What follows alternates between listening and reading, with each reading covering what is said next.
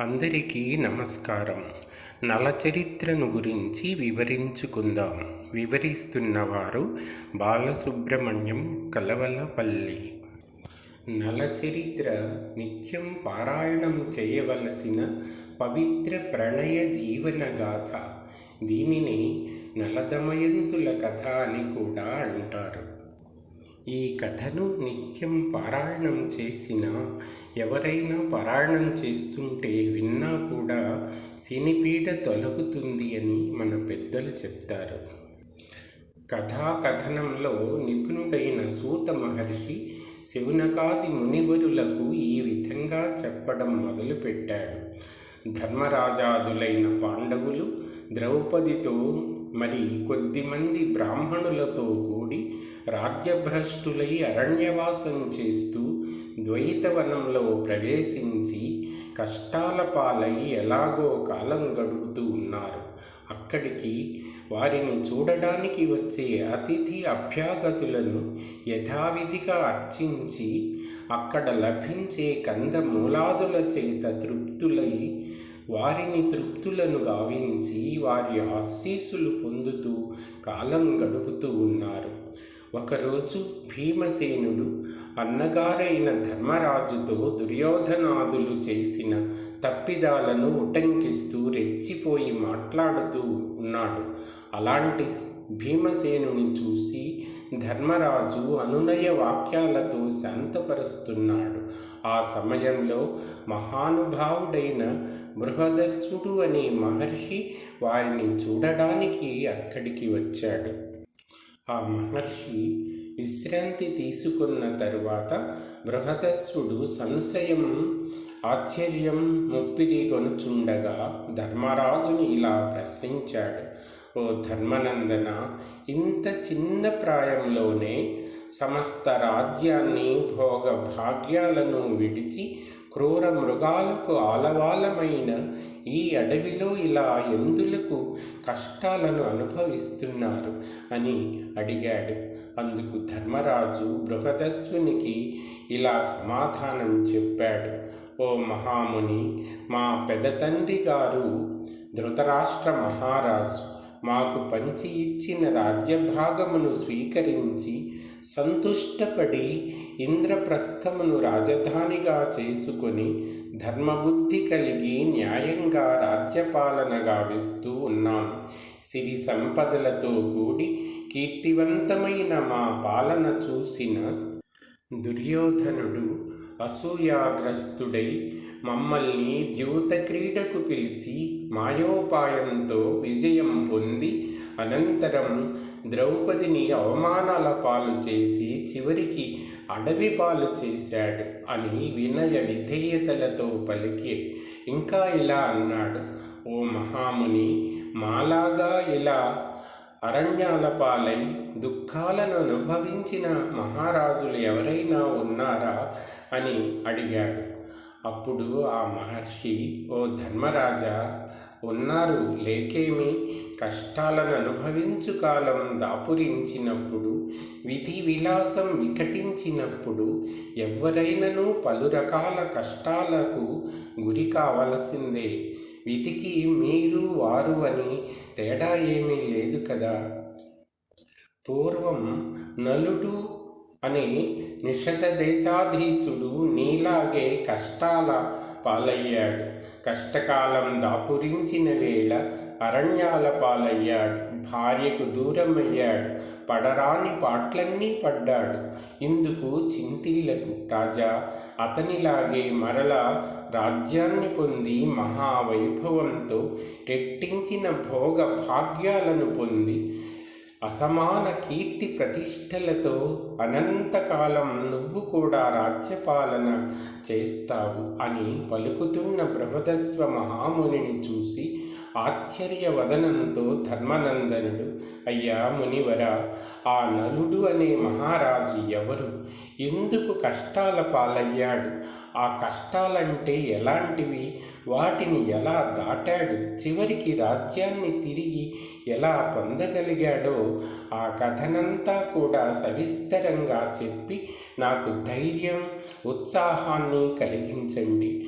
ఈ వనవాస క్లేశాన్ని ధైర్యంగా ఎదుర్కోగలుగుతాను అని వేడగా బృహదస్సుడు అతని మాటలను విని కొంచెంసేపు కనులు మూసి యోచించి ధర్మజుని ముఖం వైపు చూసి ఇలా చెప్పాడు. ఓ పాండవాగ్రజ, నిషధ దేశపు రాజైన వీరసేన మహారాజుకు కుమారుడు నలుడనువాడు రాజ్యపాలన ప్రజారంజకంగా చేస్తున్నాడు.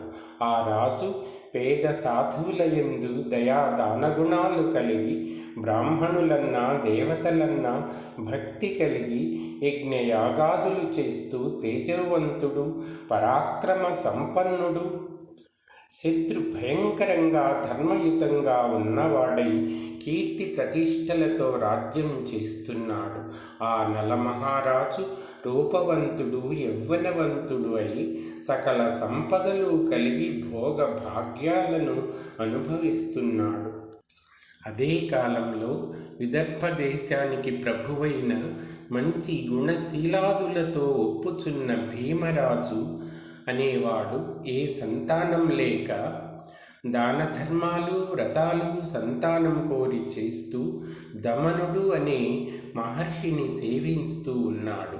ఆ విధంగా భీమరాజు దంపతులు శ్రద్ధా భక్తులతో దమన మునిని సేవిస్తూ చివరికి ఆయన దయకి పాత్రులై ఒక కన్యను పొందారు. ఆమె దమయంతి అను పేరు కలిగి, రూపం మంచి గుణాలు కలిగి దినదినాభివృద్ధి చెందుతున్న చంద్రరేఖల పెంపొందసాగింది. దమయంతి బాల్యానురూపం అయిన ఆటపాటలతో విలసిల్లుతూ మంచి అవయవ సౌష్ఠవం కలిగి, చక్కటి శుభలక్షణాలు కలిగి, మందస్మిత వదనారవిందం కలిగిన 100 సఖురాండ్రతో కూడి ఆడుతూ పాడుతూ యవ్వన దశలోనికి చేరింది. తల్లిదండ్రులకు సంతోషం చేకూరుస్తూ ఉండగా ఆమె యొక్క గుణశీల రూప సంపదలు కర్ణాకర్ణికగా లోకమందు అంతటా ప్రచారం కాజొచ్చాయి. ఎందరో రాజకుమారులు ఆమె గుణగణాలను, కులశీలాదులను, వన్నె చిన్నెలను వింటూ ఎంతో ఆకర్షితులు కాజొచ్చారు. ఇదే ప్రకారంగా నలమహారాజు యొక్క స్ఫురద్రూపం, వీర శూర గుణాలు, కీర్తి ప్రతిష్టలు చందన మారుతంలా వ్యాపింపజొచ్చాయి. విరివిగా లోకంలో ప్రచారంలోకి వచ్చిన దమయంతి యొక్క గుణ విశేషాలను అనేక విధాలుగా వింటున్న నలుడు ఆమె యందు ప్రేమ గలవాడయ్యాడు. దమయంతి యొక్క రూపశీలాదులు నలుని మనస్సులో ఇట్టే చోటు చేసుకొని అతని మనస్సును కలవరపరచసాగాయి. దమయంతి ఒక సౌందర్య దేవతగా, ఆరాధ్య రూప సుందరిగా, అతిలోక లావణ్య యౌవన ప్రతిభా సమానురాలిగా నలుని మనస్సులోని కలల పంటగా తయారైంది. ఆ నలుని మనస్సుకు ఏమీ తోచని పరిస్థితి ఎదురయ్యింది. అలాంటి పరిస్థితిలో ఏదైనా వినోదం కోసం తన సుందర ఉద్యానవనంలోకి విహరణార్థంగా నలుడు వెళ్ళాడు. అంతటా అక్కడ అందంగా బారులు తీరి ఆకాశం నుంచి భూమి మీదికి దిగివచ్చి నలుని దిగుడు బావి చెంత విలాస ఉల్లాసాలతో రాయంచల గుంపు తిరుగాడసాగింది. ఆ మనోహర దృశ్యాన్ని తిలకిస్తున్న నలమహారాజు ఆశ్చర్యపడుతూ వాటిని చూసి ఆనందపడుతూ ఆ రాజహంసల వైపు పరుగు తీశాడు. ఆ హంసలు ఒక్కుమ్మడిగా అందచందాలు చిందిస్తూ ఆకాశం వైపు పరుగులు తీశాయి. కానీ అలా ఎగిరిపోతున్న హంసల గుంపు నుంచి ఒక హంస పారిపోతున్నట్లు తడబడుతున్న నడకలతో మందగమనంతో ఉన్నది. వయ్యారపు అడుగులతో మెల్లగా వెళ్ళి ఆ రాజహంసను చల్లగా నలచక్రవర్తి చేజిక్కించుకున్నాడు. ఆ రాజహంస భయం నటిస్తూ బిత్తరగా చూస్తూ అమాయకంగా మనుష్య భాషణంతో ఇలా అంది.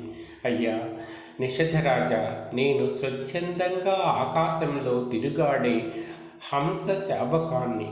నా తోటి హంసలతో ఎగురలేక లేని కారణంగా వెనుకబడిపోయాను. ఇన్ని మాటలెందుకు, నన్ను విడిచిపెట్టు. అలా చేస్తే నేను నీకు ప్రత్యుపకారం చేస్తాను. నాకే కీడు చేయక నన్ను విడిచితివా? నీ మనఃప్రియురాలైన దమయంతికి నీ గణ వైభవ రూప సౌందర్యాదులు వర్ణించి చెప్పి నీయందు అనురాగం కలదాన్నిగా చేస్తాను. రాజా, నువ్వు విడిచిన వెంటనే విదర్భపురానికి బయలుదేరుతాను అనగా నలమహారాజు దాన్ని ఆలస్యం చేయక విడిచిపెట్టాడు. చిన్నారి హంస తనకై ఆకాశం మీద అరుస్తూ తిరుగుతున్న హంసల గుంపును చేరి తిన్నగా కుండిన నగరానికి ప్రయాణమయ్యింది. ఆ సమయంలో దమయంతి తన సఖురాండ్రతో సరదాగా విహారార్థం ఉపవనానికి వెళ్ళి తటాక సమీపంలో క్రీడింపసాగింది. అలాంటి సమయంలో రాజహంసల గుంపు ఆకాశం నుంచి మెల్లగా కిలకిల రావాలతో నీడల సోయగం ఉల్లసిస్తూ ఉండగా తటాక తీరంలో సంచరింపసాగాయి. అంతలో సఖురాండ్రు తమ ఇష్టం వచ్చినట్లు అటు ఇటు హంసలను తరుముతూ పట్టుకున్నారు.